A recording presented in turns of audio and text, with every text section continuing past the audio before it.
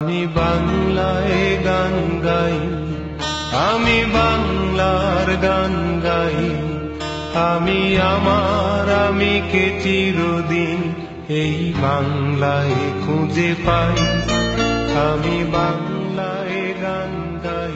আলহাজ মাহমুদুজ্জামান চৌধুরী ফেঞ্চুগঞ্জ সার কারখানার স্কুল থেকেই তার ছাত্র রাজনীতি শুরু করেন। 1968 সনে Fenchuganj fertiliser factory high school থেকে আমার ছাত্র রাজনীতি শুরু।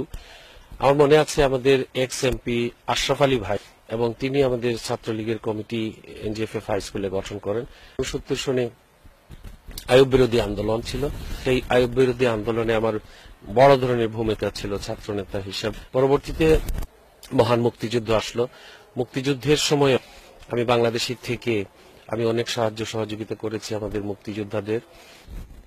1986 সালে দেশে আসেন প্রবাস জীবনের অবসান ঘটিয়ে। এরপর 1987 সালে তিনি জড়িয়ে পড়েন আওয়ামী লীগের রাজনীতির সাথে। আমি 1986 এর জানুয়ারি মাসে আমি কিন্তু বাংলাদেশে চলে আসি। 1987 থেকে মাননীয় প্রধানমন্ত্রী জননেত্রী শেখ হাসিনা, বঙ্গবন্ধুর কন্যা আমির হোসেন আমু সাহেব, তুফাইল সাহেব, জলিল ভাই সহ আব্দুস সামাদ আজাদ, দেওয়ান ফরিদ গাজী, ওনাদের সাথে 1987 থেকেই আমি কিন্তু আওয়ামী লীগ রাজনীতির সাথে ঢাকা শহরে জড়িত হই। দুইবার এমপি নির্বাচিত হয়ে শুরু হয় উন্নয়নের চূড়ান্ত অভিযান। ফেঞ্চুগঞ্জ, দক্ষিণ সুরমা এবং বালাগঞ্জ উপজেলার একাংশ নিয়ে তার এই অগ্রযাত্রা অব্যাহত থাকে। আমরা বহু স্কুল, কলেজ, মসজিদ, মাদ্রাসা করেছি।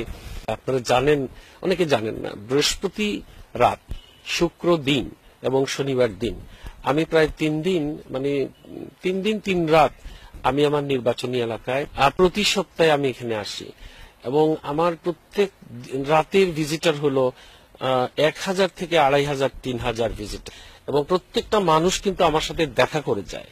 আমার জীবনের আশা, বাঁচবো কতদিন আমি জানি না, রব্বুল আলমিনের কাছে আমার সব সময় আরতি দোয়া সব মানুষের জন্য, যে রব্বুল আলমিন যেন যতদিন আমাদেরকে হায়াত দিয়েছেন ততদিন যেন সুস্থ সবল এবং দিন ইসলামের পথে আমাদেরকে পরিচালিত।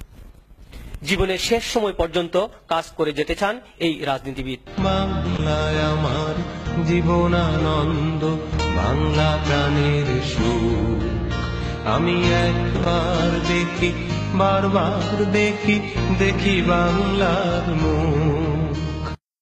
আলহাজ মাহমুদুজ্জামান চৌধুরী তার রাজনৈতিক জীবনে সবচাইতে বড় যে সফলতা অর্জন করেছেন সেটা হচ্ছে সিলেটের ফেঞ্চুগঞ্জে বড় বাজেটের শাহজালাল ফার্টিলাইজার ফ্যাক্টরি।